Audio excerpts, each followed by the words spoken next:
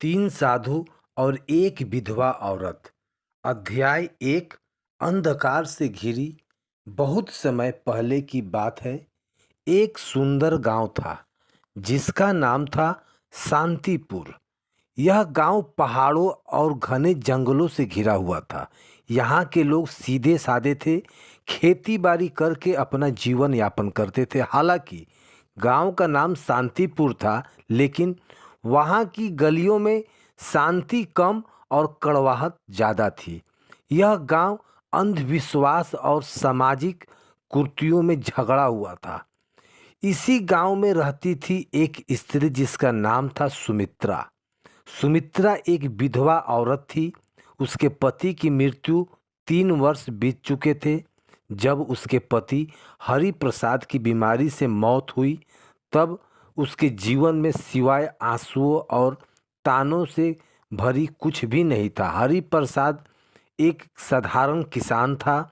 उसका घर छोटा सा था, मगर उसमें सुमित्रा के साथ उनका प्यार और आपसी समझदारी बसती थी। मगर जैसे ही हरि प्रसाद की मृत्यु हुई, सुमित्रा का संसार अंधकार में डूब गया। गांव वाले उसे एक अशोक स्त्री मानने लगे। गांव वाले उसे एक अशुभ स्त्री मानने लगे, ताकि गांव की औरतें उसके साथ उठने बैठने के लिए मना भी करने लगे। पुरुषों ने तो उसके साथ हद कर दी कि वह जहाँ भी जाती थी उसके परछाई से भी दूर रहते थे। सुमित्रा के घर के पास भी न जाए। हर सुबह जब सुमित्रा गांव के कुएं पर पानी भरने के लिए जाती थी, औरत वहां से कुछ फुसफुसाहट की आवाज़ आने लगती थी, जिसके पांव पड़ते ही वहां पर कुछ अशुभ हो जाता है, ऐसा वहां के औरतों का कहना था। अनसुना करने की कोशिश करती थी, मगर उसकी बातों के कांटे के समान दिल में चुभती थी। रात में उसके लिए और भी कठिन होती थी, जब पूरा गांव गहरी नींद में सो जाता था। सुमित्रा आंगन में बैठकर आसमान की ओर देखते, चांद की चांदनी उसकी आंखों में आंसू भर देता। वह अक्सर अपने पति की तस्वीर के आगे दीप जलाकर रोती और भगवान से पूछती, आखिर मैंने कौन सा पाप किया है जो मेरा जीवन इस तरह नरक बन गया। कई बार उसने गांव छोड़कर जाने की सोची, मगर कहाँ जाती। उसके माता पिता बहुत पहले ही चल बसे। भाई बहनों ने उसके विधवा होते ही मुंह फेर लिया। एक दिन जब सुमित्रा अपनी टूटी फूटी झोपड़ी से बाहर बैठी थी, तभी उसने देखा कि गांव के बाहर वाले रास्ते पर 3 साधु चले आ रहे थे। वह सफ़ेद दाढ़ी वाले, भगवा वस्त्र पहने हुए थे। उसके चेहरे पर तेज था, मगर आंखों में एक अजीब सा रहस्य झलक रहा था। गांव वाले ने उस साधुओं को देखते ही उसके चारों ओर से घेर लिया। सभी ने उनके पांव छुए और आशीर्वाद मांगा। गांव के मुखिया ने साधुओं से विनती की कि महाराज, कृपया हमारे गांव में कुछ दिन रुके, हमें आपका आशीर्वाद चाहिए। गांव ने जो है, आप रुकने से हमें बहुत खुशी होगी। लेकिन फिर उसकी नज़र सुमित्रा पर पड़ी। उसने सबसे पहले वृद्ध साधु ने सुमित्रा को देखते ही कहा कि यह स्त्री दुख से घिरी हुई है, मगर इसके भाग्य में कुछ अनोखा लिखा है। गांव वाले यह सुनकर चौंक गए। उन्होंने विश्वास नहीं हो रहा था कि सुमित्रा, जिसे वह अशुभ मानते थे, उसके भाग्य में भी कुछ खास हो सकता था। सुमित्रा खुद भी हैरान थी। उसके मन में सवाल उठने लगे, आखिर यह साधु कौन है और मेरे भाग्य के बारे में ऐसा क्यों कहते हैं।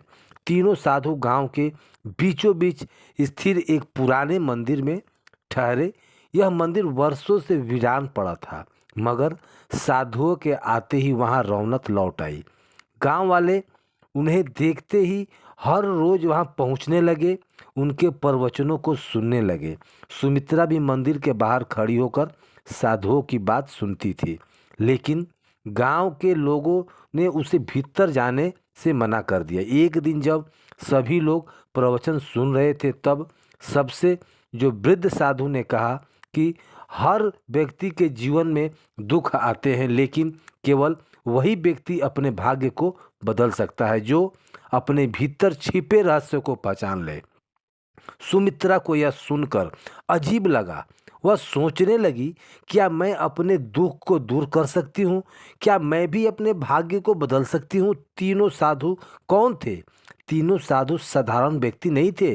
उनकी आंखों में गहरी समझ थी और उसके शब्दों में अपार शक्ति। वानो पहले साधु का नाम था ज्ञानानंद।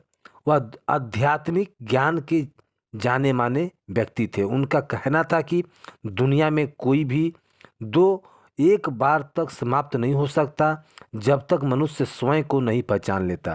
तो दूसरे साधु का नाम था कर्मानंद। कर्मानंद सिद्धांत को मानते थे। उनका कहना था कि भाग्य से बड़ा केवल काम होता है। यदि किसी का जीवन अंधकार में है तो उसके केवल अपने कर्मों से ही रोशनी में बदला जा सकता। तीसरे ने साधु का जो नाम था वह था आनंद। यह साधना और ध्यान के मार्ग पर चलने वाले थे। उनका कहना था कि आत्मा को शांत करके, मन को नियंत्रित करके कोई भी व्यक्ति अपने दुखों से मुक्ति पा सकता है। रात के समय जब गांव वाले अपने घर चले गए तब सुमित्रा मंदिर के पास आई। उस विश्वास नहीं था कि उन तीनों साधुओं ने उसे बुलाएंगे। वो मिलना चाहते हैं सुमित्रा से। जैसे ही वह मंदिर के अंदर पहुंची तीनों साधु उसकी ओर देखने लगे। कुछ देर तक कोई कुछ नहीं बोला। फिर ज्ञानानंद, तुम हमें क्यों ढूंढ रही हो? ज्ञानानंद ने अच्छी एक शब्द में बोला, मुझे कुछ समझ में नहीं आ रहा था। बस यह जानना चाहती हूँ कि मेरे जीवन में इतना दुख क्यों है? किसी का क्या बिगाड़ा है मैंने? तीनों साधु मुस्कुराए। कर्मानंद ने कहा, दुनिया में कोई भी दुख बिना कारण नहीं आता। तुमने अपने पूर्व जन्मों में जो किया है उसी का परिणाम तुम्हें इस जन्म में मिलता है। लेकिन घबराओ मत, क्योंकि हर कर्म को नए कर्मों से बदला जा सकता है। सुमित्रा ने आंखें में भर गई और वह अपने बातों को रखते हुए साधुओं से पूछा, तो धीरे से उत्तर दिया, लेकिन उसके लिए तुम्हें एक परीक्षा देनी होगी। क्या तुम परीक्षा के लिए तैयार हो? सुमित्रा ने बिना कुछ सोचे समझे जवाब दिया, मैं तैयार हूँ। तीनों साधु एक दूसरे को ओर देखने लगे। यह देखकर ऐसा लग रहा था जैसे वे किसी रहस्य को जानते हो। ज्ञानानंद ने कहा, तो फिर कल सूरज उगने से पहले तुम जंगल के पास वाले पीपल के पेड़ के नीचे आओ। वहाँ से तुम्हारी यात्रा शुरू होगी। सुमित्रा को कुछ समझ नहीं आया, मगर उसने सिर हिलाकर हामी भर दी। गांव में फैली अफवाह। अगले दिन गांव में यह सब खबर फैल गई और तीनों साधुओं ने सुमित्रा को जंगल में बुलाया। गांव के लोग आपस में चर्चा करने लगे, क्या यह साधु इसे कोई वरदान देने वाले हैं या फिर इसे श्राप मिलेगा? गांव की कुछ औरतें आपस में फुसफुसाने लगी, कहीं यह साधु हमें धोखा तो नहीं दे रहा है। लेकिन सुमित्रा को इन बातों से कोई फर्क नहीं पड़ा। उसने केवल इसी बात का चिंता थी कि आखिर जंगल में उसके साथ क्या होने वाला है। उसे रात सुमित्रा सो नहीं पाई। वह बार बार सोच रही थी, क्या सच में कोई मेरी मदद कर सकता है या यह भी सिर्फ एक छलवा है। लेकिन अब वह ठान चुकी थी कि चाहे कुछ भी हो जाए, वह अगले दिन सूरज उगने से पहले जंगल के पास जाएगी। खड़े थे, वह गहरी तपस्या में लीन थे। तीनों साधु जंगल के तरफ ही थे, लेकिन शांति फैली हुई थी। सुमित्रा ने हाथ जोड़कर प्रणाम किया और कहा, मैं आ गई हूँ महाराज। अब मुझे बताइए कि मेरी परीक्षा क्या है? ज्ञानानंद ने आंखें खोली और बोले, यह संसार एक भ्रम है पुत्री। जो इसे समझ लेता वही अपने भाग्य को बदल सकता है। लेकिन इससे पहले कि हम तुम्हें ज्ञान दें, तुम्हें अपनी परीक्षा देनी होगी। कर्मानंद ने कहा, हम तुम्हें इस जंगल में छोड़ देंगे। तुम्हें रात भर अकेले यहीं रहना होगा।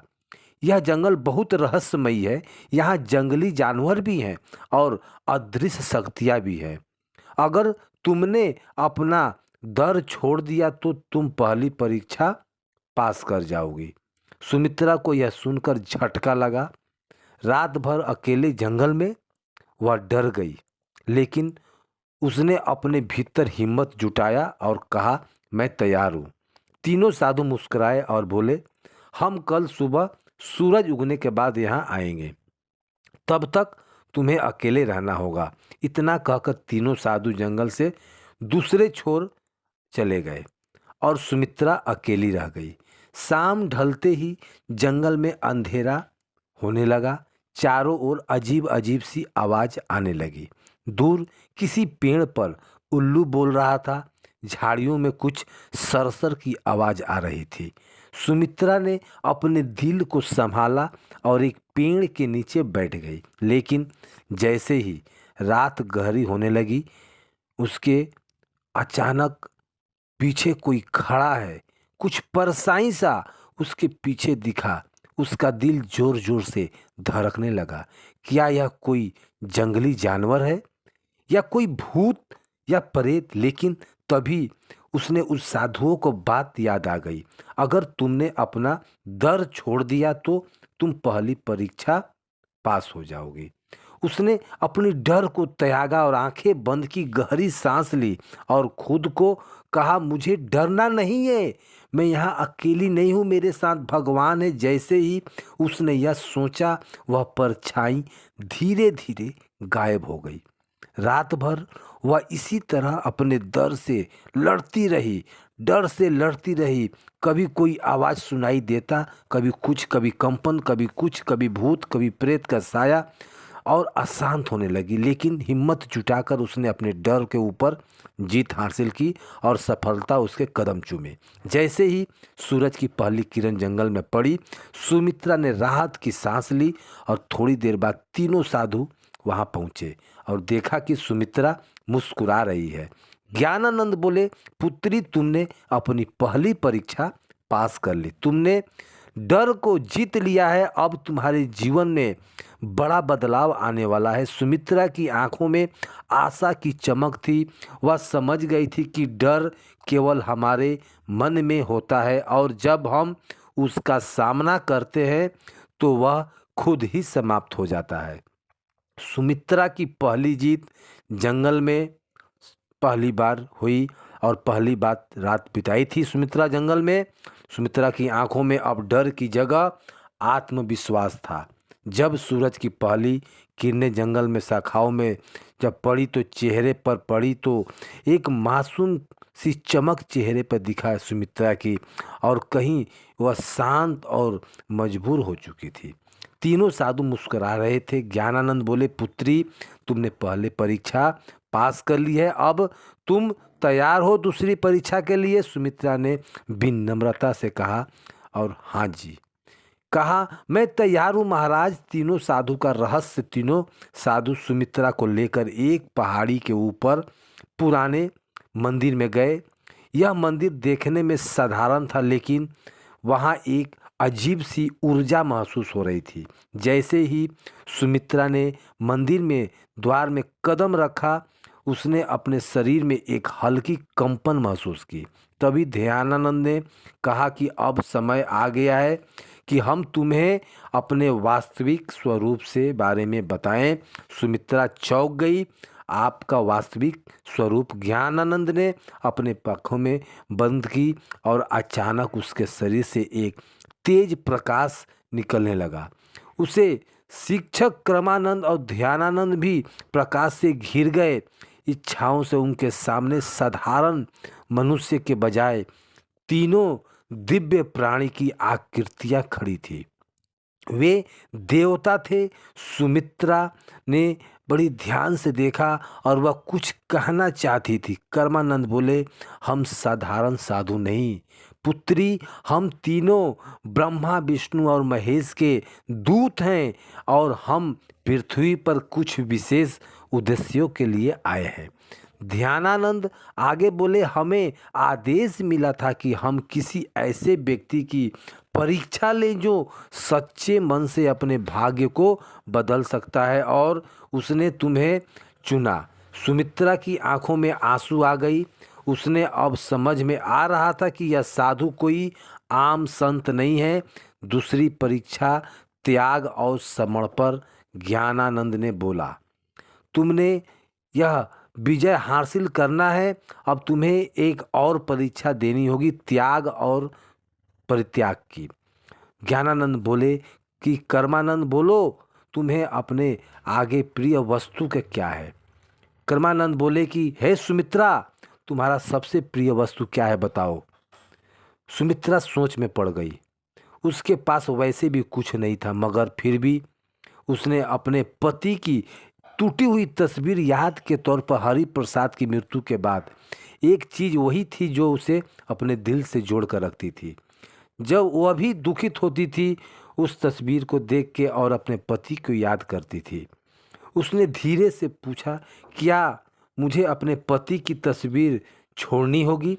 ध्यानानंद बोले, अगर वही तुम्हारी सबसे प्रिय वस्तु है तो हाँ, लेकिन याद रखो, सच्चा त्याग तभी होता है जब वह सर्वोच्च हो। अगर तुम इस परीक्षा के लिए तैयार नहीं हो तो तुम पीछे हट सकती हो। सुमित्रा के मन में संघर्ष शुरू हो गया। क्या वह अपने पति की अंतिम निशानी को छोड़ सकती है? उसने कुछ देर सोचा और फिर कहा, अगर मेरे जीवन को बदलने के लिए यह आवश्यक है तो मैं यह परीक्षा के लिए तैयार हूँ।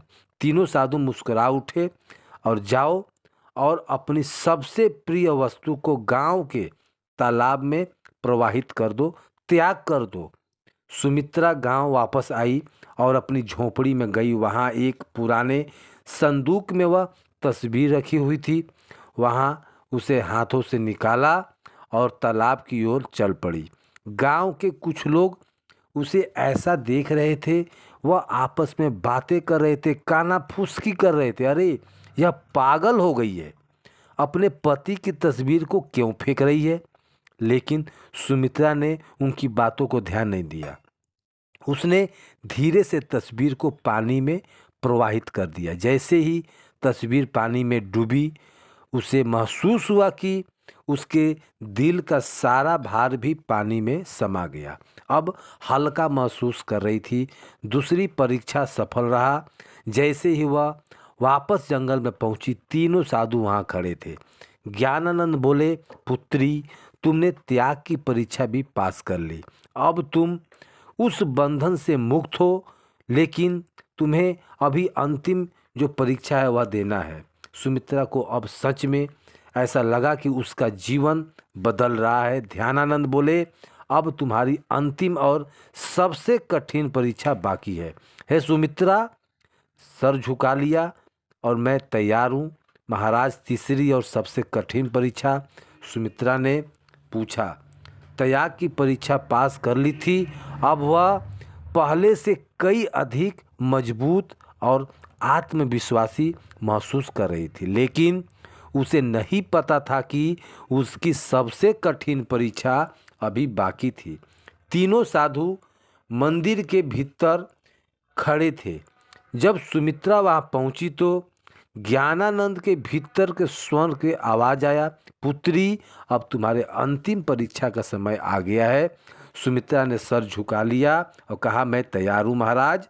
ध्यानानंद बोले, यह परीक्षा तुम्हारी आत्मा की परीक्षा है। तुम्हें यह सिद्ध करना होगा कि तुम केवल अपने लिए नहीं बल्कि दूसरों के लिए भी जी सकती हो।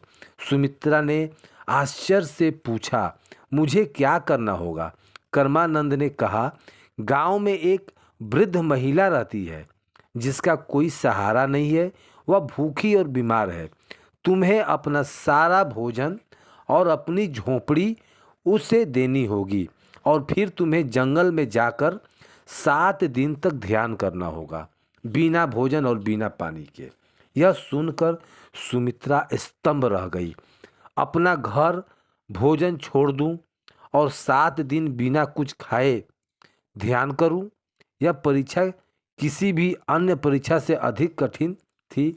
माँ का संघर्ष सुमित्रा की आंखों में सामने उसकी झोंपड़ी का दृश्य आ गया। यह घर उसका अंतिम सहारा था। अगर उसने उसे भी छोड़ दिया तो वह कहाँ जाएगी। लेकिन फिर भी उसे साधुओं की बात याद आई। अगर तुमने यह परीक्षा पास कर ली तो तुम्हारा जीवन पूरी तरह बदल जाएगा। सुमित्रा ने अपने भीतर झांका और फैसला किया, ठीक है महाराज, मैं यह करने के लिए तैयार हूँ। सब कुछ छोड़ना सुमित्रा गांव लौटी और अपनी झोपड़ी के तरफ गई और उस वृद्ध महिला को सारा झोंपड़ी और भोजन बचे सारे सौंप दिए। गांव के लोग यह देखकर हैरान थे। यह क्या कर रही है? अपना सब कुछ क्यों छोड़ रही है? लेकिन सुमित्रा ने किसी की बातों पर ध्यान नहीं दिया। वह सीधा जंगल की ओर बढ़ गई जहां उसे 7 दिन तक ध्यान करना था। 7 दिन का कठिन ध्यान। पहला दिन बीता और सुमित्रा को बहुत भूख लगी, लेकिन उसने अपनी चेतना को भटकने नहीं दिया। उसने अपनी आंखें बंद की और साधुओं के दिए हुए मंत्रों का जाप करने लगी। दूसरे दिन उसे प्यास लगा, सताना शुरू कर दिया प्यास, लेकिन उसने पानी की इच्छा को भी त्याग दिया और ध्यान में लगी रही। तीसरे दिन उसके शरीर में कमजोरी आने लगी, लेकिन उसने हार नहीं मानी। चौथे दिन उसे लगा कि वह अब और नहीं सह पाएगी, लेकिन तभी उस साधुओं की बातें ने याद आई कि सच्ची शक्ति शरीर में नहीं मन में होती है। 5वें दिन छठे दिन वह पूरी तरह ध्यान में डूब गई। अब वह खूब प्यास महसूस नहीं कर रही थी। 7वें दिन जब सूरज हुआ उदय तब कुछ अद्भुत हुआ। सुमित्रा की आत्मा एक नई ऊर्जा से भर गई। उसे महसूस हो रहा था जैसे वह एक साधारण स्त्री नहीं बल्कि एक दिव्य शक्ति से जुड़ चुकी है। सुमित्रा का रूपांतरण जब 7वां दिन पूरा हुआ तो तीनों साधु उसके सामने प्रकट हुए। तुमने अपनी अंतिम परीक्षा भी पास कर ली। अब तुम केवल एक साधारण विधवा नहीं बल्कि एक शक्ति आत्मा बन चुकी हो।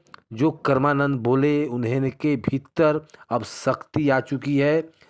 तुम अपना नहीं बल्कि दूसरों का भी भाग्य बदल सकती हो।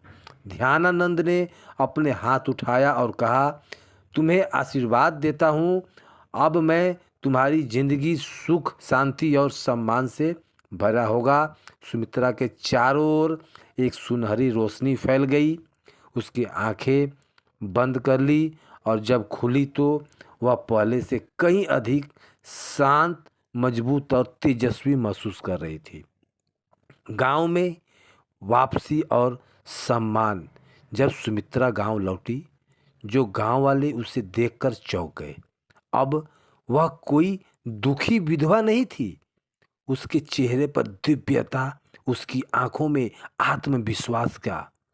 लेकिन अब मैं उसके पास आकर उसके चरणों को छूने लगे। तुम लोग साधारण स्त्री नहीं हो सुमित्रा। मुस्कुराई और कहा, सच्ची शक्ति बाहर नहीं हमारे भीतर होती है। जब हम अपने अंदर झांकते हैं तो अपने अहंकार को त्याग दें, तभी हम असली शक्ति को प्राप्त कर सकते हैं। गांव वालों ने उसे गांव की सम्मानिता महिला घोषित किया।